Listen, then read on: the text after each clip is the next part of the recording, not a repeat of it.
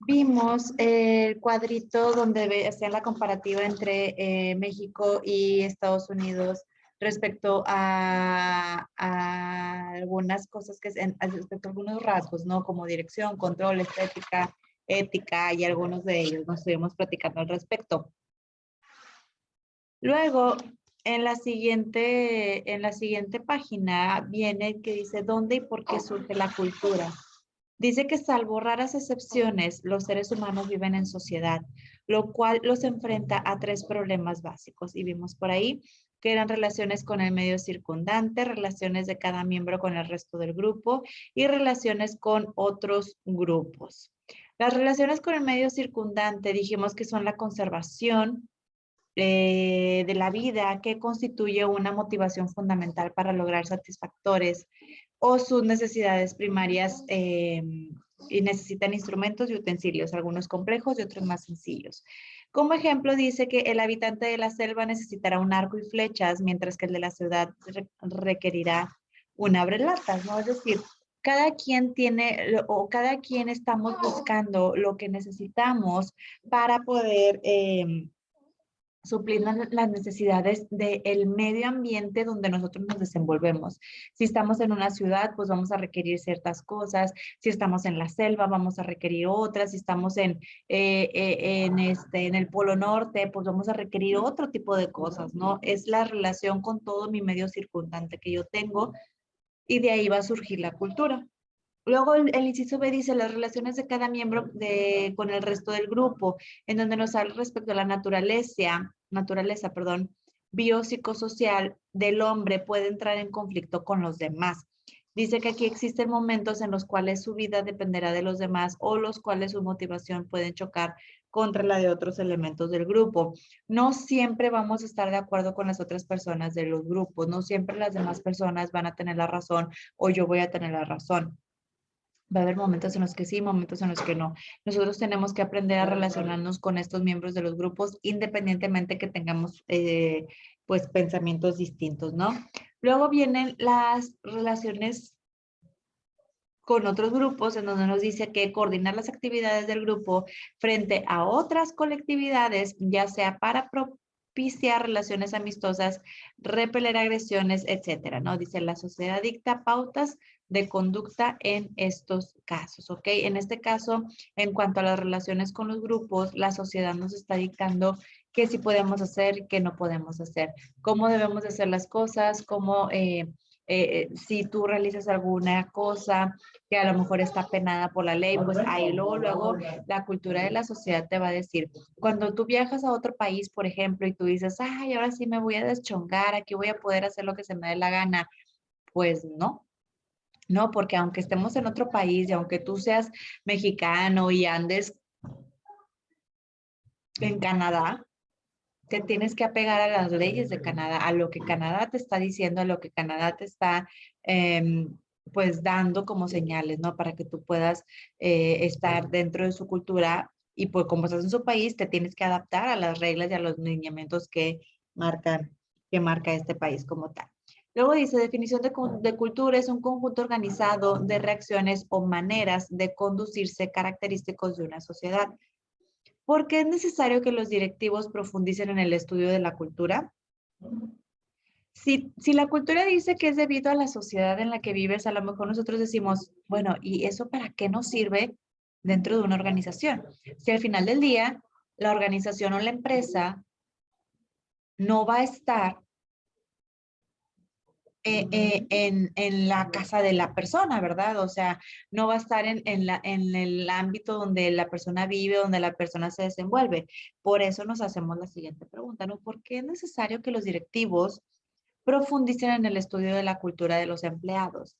Dice, las organizaciones se encuentran inmersas en un medio cultural de cual no pueden sustraerse. A continuación veremos los puntos del por qué. Y vienen 5 puntos, ¿ok? Dice, el inciso A, facilitan la comprensión del funcionamiento de las organizaciones. Ciertas formas de comportamiento pueden,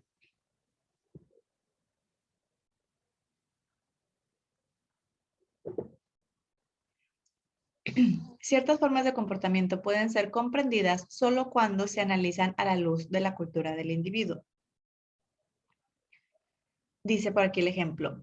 Durante muchos años, en diversos países trataron de emular el modo norteamericano de administración y en las últimas épocas se ha vuelto la mirada a Japón. Sin embargo, en Estados Unidos reina el individualismo, mientras que en Japón existe la sociedad muy colectivista. En otras palabras, en Estados Unidos el individuo es animado a tomar sus propias decisiones independientemente del grupo. En cambio, en Japón privan el valor contrario. El grupo tiene prioridad sobre el individuo. A veces, cuando tú quieres, o en este ejemplo que vemos que dices, oye, yo volteo a ver al vecino, yo volteo a ver cómo le hace el vecino y al vecino le funciona esto, al país vecino en sus empresas, fíjate, mira cómo son, le funcionan, así se comportan. Y aquí no se puede. Y tú dices, oye, ¿por qué? O sea, ¿por qué no puedo hacer esto? ¿No? ¿Por qué se me complica? Ah, bueno, sencillamente porque no estamos en la misma cultura. En Estados Unidos tienen una cultura distinta. Muchas veces decimos, ay, ¿por qué no somos como los chinos o como los japoneses? Que hoy en día se andan poniendo ya como potencias aquí o sea, ya México los detecta como potencias, ¿no? A estos dos. ¿Por qué no funciona aquí en nosotros? Porque no tenemos la misma cultura, no tenemos la cultura de a lo mejor del el nivel de exigencia, el nivel a lo mejor, digo, tengo entendido que en China o en Japón tienen todavía muy, muy marcado el hecho de que si algo no sale bien o si tú no estudias o no sales bien en tus estudios, todavía te andan dando unos varazos por allá, ¿no? Y en México, pues claramente no tenemos ese nivel de cultura, ¿ok? Tenemos otro tipo de pensamiento, otro tipo de resoluciones y pues eso no nos ayuda en nada.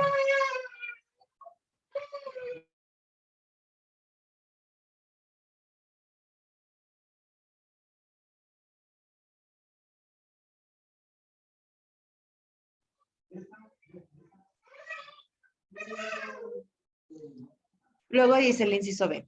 Le ayuda a predecir la conducta. Cuando tú estudias este tipo de cosas, te va a ayudar a predecir la conducta. Dice, las premisas socioculturales determinan cómo deben comportarse una persona en cierta situación. Dice, un ingeniero civil que trabaja en México sabe que el 2 de noviembre es Día de los Muertos. Deben de suspender sus labores. Quizá un ingeniero norteamericano quedaría horrorizado ante esos requerimientos, pues los tomaría como atentados a la productividad. Si tú estudias la cultura, si tú ya sabes cómo es la cultura, sabes probablemente cómo la cultura se va a comportar y cómo la cultura va a querer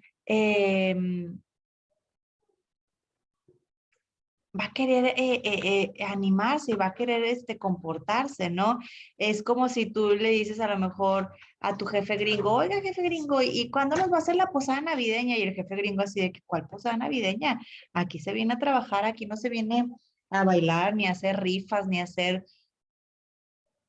circo, maroma y teatro. Aquí no se viene a hacer nada de eso, aquí se viene a trabajar y punto, ¿no? El hecho de que conozcas la cultura te va a ayudar a predecir qué tipo de cosas te pueden solicitar y qué tipo de cosas están ellos acostumbrados a realizar como parte de su rutina diaria, ¿no?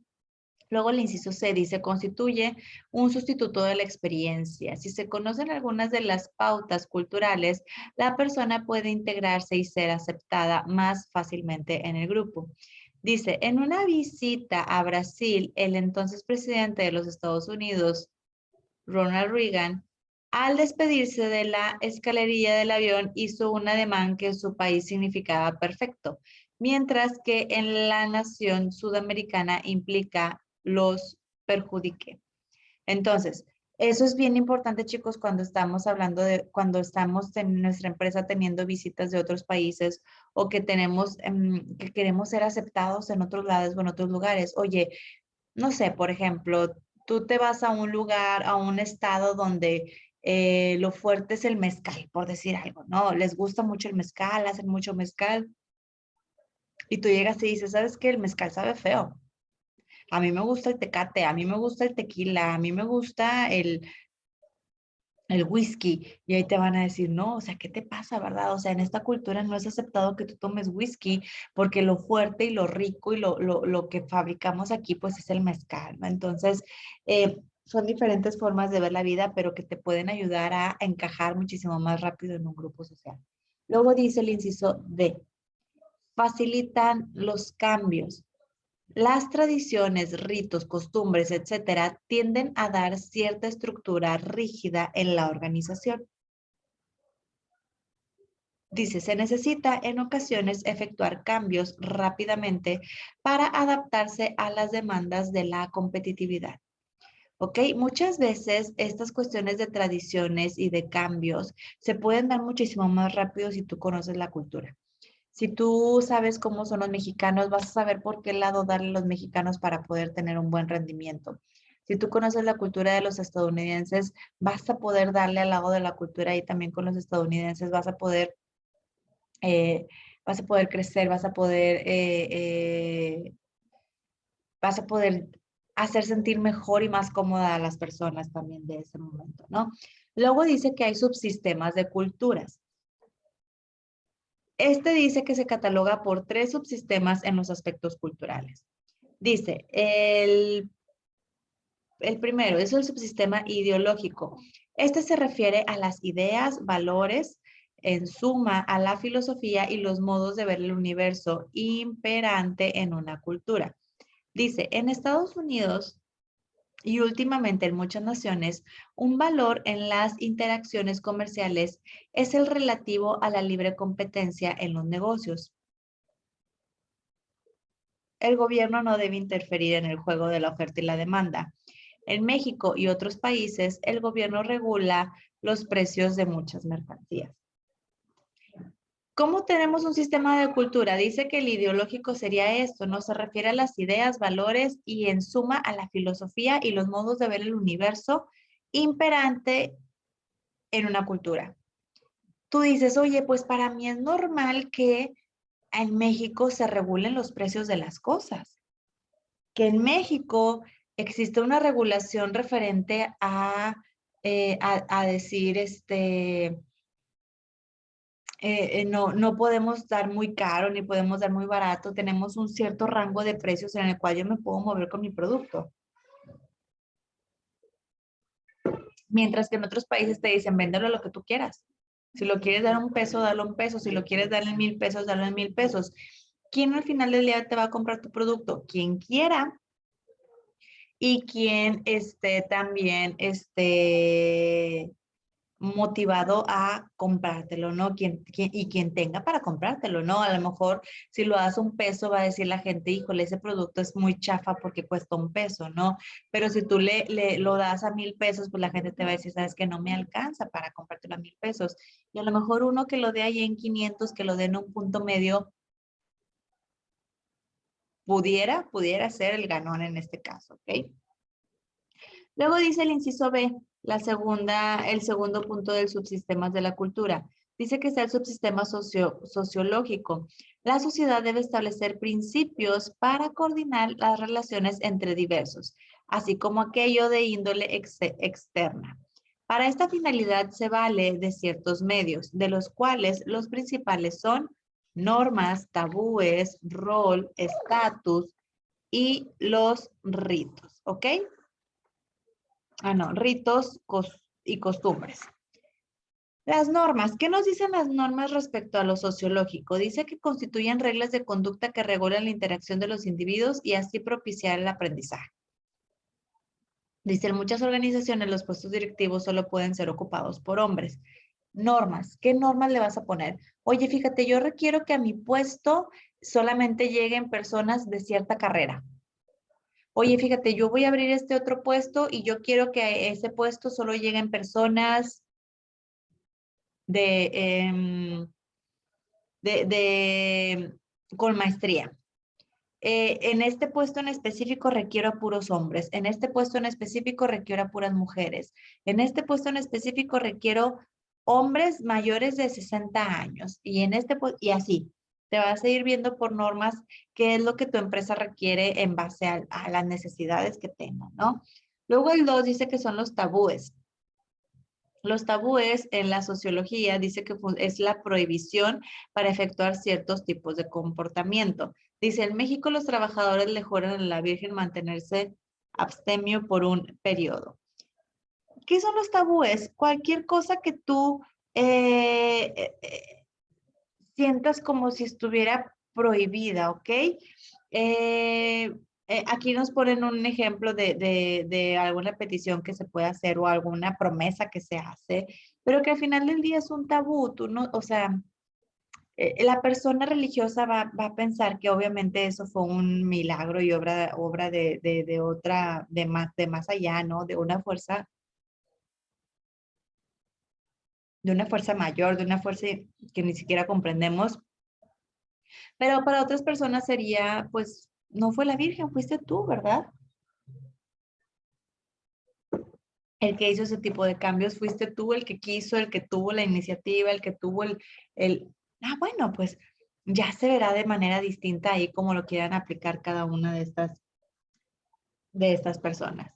Luego siguen los roles, el punto 3 dice, este se constituye un conjunto de acciones que debe desempeñar una persona en función de su ocupación, sexo, categoría, etcétera. En esta, chicos, nos dice que un directivo puede desempeñar el rol de gerente de una fábrica, el del esposo, el del padre, el del amigo, etcétera. Es un conjunto de acciones que debe desempeñar una persona en función a su ocupación, sexo, categoría, etcétera. Oye, si yo le pregunto, si yo le preguntara a mis abuelitos, oiga, abuelito, ¿qué función, qué rol hacen las mujeres en el mundo? Y a lo mejor el abuelito me va a contestar, las mujeres en el mundo hacen el rol de cumplir con la casa, limpiar la casa, hacer de comer, atender a la familia y tener muchos hijos. Según el rol que él tenía respecto a eso, ¿no? Hoy en día, si yo le pregunto a una muchacha de, no sé, 20, 25 años, oye, ¿cuál es el rol de una mujer hoy en día en un hogar, ¿no? A lo mejor me va a decir toda una letanía, ¿no? De cosas en donde me puede decir las cosas que ella siente, que ella cree, cómo van a estar, cómo van a estar las cosas, cómo los cambios que ahorita tenemos, igual con las ocupaciones. Antes había trabajos que tú decías, este trabajo no lo puede hacer un hombre una mujer, perdón, y hoy en día esos trabajos los realiza la mujer y de una manera perfecta, ¿no? De una manera muy buena. Ya los tiempos cambiaron, pero ahorita de todas formas los roles siguen un tanto definidos, ¿no? O sea, al final del día yo creo y pienso que un hombre nunca va a poder ser como una mujer y una mujer nunca va a poder ser como un hombre, no al 100%, ¿ok? Puedes tener genes, puedes tener preferencias, eso sí, pero en ciertas cosas vas a batallar todavía para poder igualar, porque simple y sencillamente te va a faltar fuerza o te va a faltar algún otro tipo de cosas, ¿no? Luego viene el estatus. Dice que en la mayoría de las sociedades existe una jerarquía de papeles. Este constituye una posición con deberes y privilegios reconocidos. La mujer debe de encargarse del cuidado de los niños y de las labores hogareñas de la limpieza. Eso es en la mayoría de las sociedades en lo que elija la sociedad para ponerle o marcarle como a un punto distintivo a cierto grupo de personas. No es como si dijimos, pues los viejitos nada más pueden jugar un cierto deporte, no pueden jugar otro tipo de deportes porque pues ellos ya están viejitos, ¿verdad? Pues aquí pudiera ser de manera distinta. Luego vienen los ritos, dice que es una serie de actos preestablecidos a cabo de ciertas ocasiones. Y existen dos clases de ritos, los ritos de iniciación y los ritos de intensificación. Los de iniciación dicen que son cuando una persona intenta ingresar a un grupo para pasar a un estatus superior. Los miembros del grupo someten a pruebas de verificar si son elementos valiosos y adecuados a los intereses del grupo. Las típicas novatadas que conocemos, ¿no? El hecho de decir, ah, ¿quieres pertenecer a mi grupo? No, hombre, fíjate que te tienes que comprar unas cervezas. No, hombre, fíjate que tienes que bailar. No, fíjate que tienes que brincar, saltar, lo que sea, dependiendo del grupo al que te quieras incluir, ¿no? Este sería un rito de iniciación. No sé si en algún momento te han dado alguna novatada en algún trabajo, Juan José.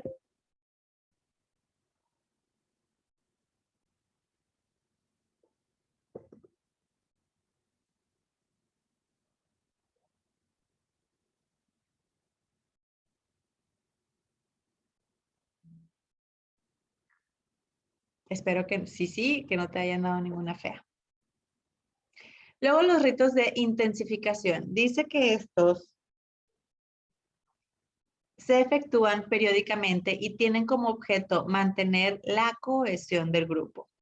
Dice, casi todos los miembros de los clubes de servicio como leones, rotarios, etcétera, celebran comidas o cenas mensuales. En muchas organizaciones se celebran los brindis de fin de año.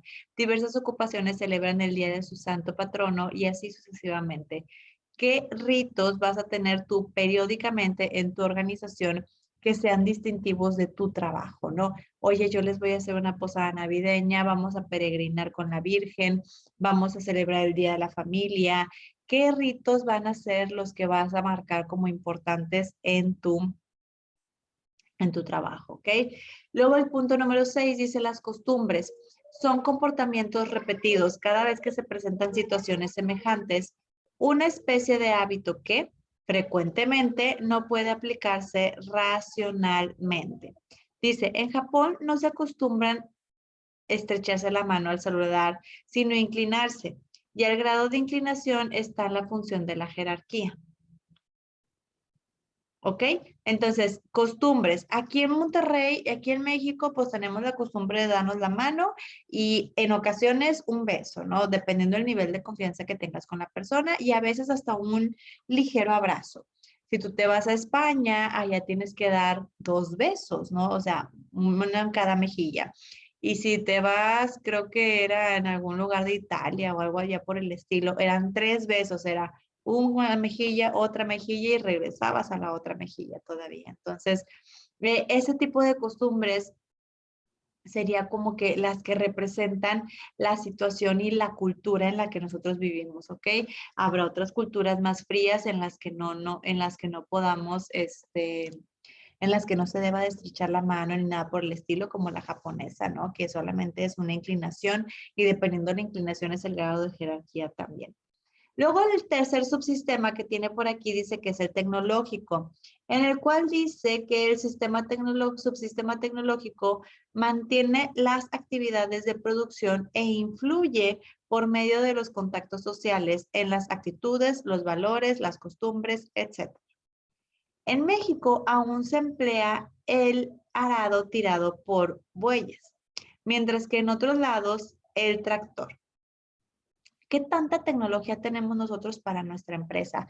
¿Qué tanta tecnología tenemos nosotros comparado con otro tipo de personas, con otro tipo de culturas que a lo mejor están más avanzados? Si viene a lo mejor una persona de otro lugar en donde tengan una cultura más avanzada, a lo mejor te va a decir, ¿por qué haces eso todavía? ¿No? ¿Por qué permites que tu arado todavía se haga con bueyes, ¿no? Cuando hoy en día a lo mejor te van a decir eso es maltrato animal, eso es explotación animal, el animal no tiene un sueldo y te van a sacar ahí un montón de cosas, ¿no? Pero si nosotros aquí todavía no tenemos la cultura o la tecnología suficiente para poder tener un tipo de arado inteligente con tractores, incluso hay algunos automáticos que conforme van quitando la cosecha van arando al mismo tiempo. Si tú no eres a lo mejor un productor o un agricultor muy grande con muchísima producción, pues vas a batallar ahí para la hora de entrar en la cuestión de la tecnología, ¿no? Pero ese es el otro subsistema que podemos encontrar y que define la parte de la cultura, ¿no? La tecnología es importante para poder saber qué tanto tenemos de cultural y qué tanto nos falta como cultura también.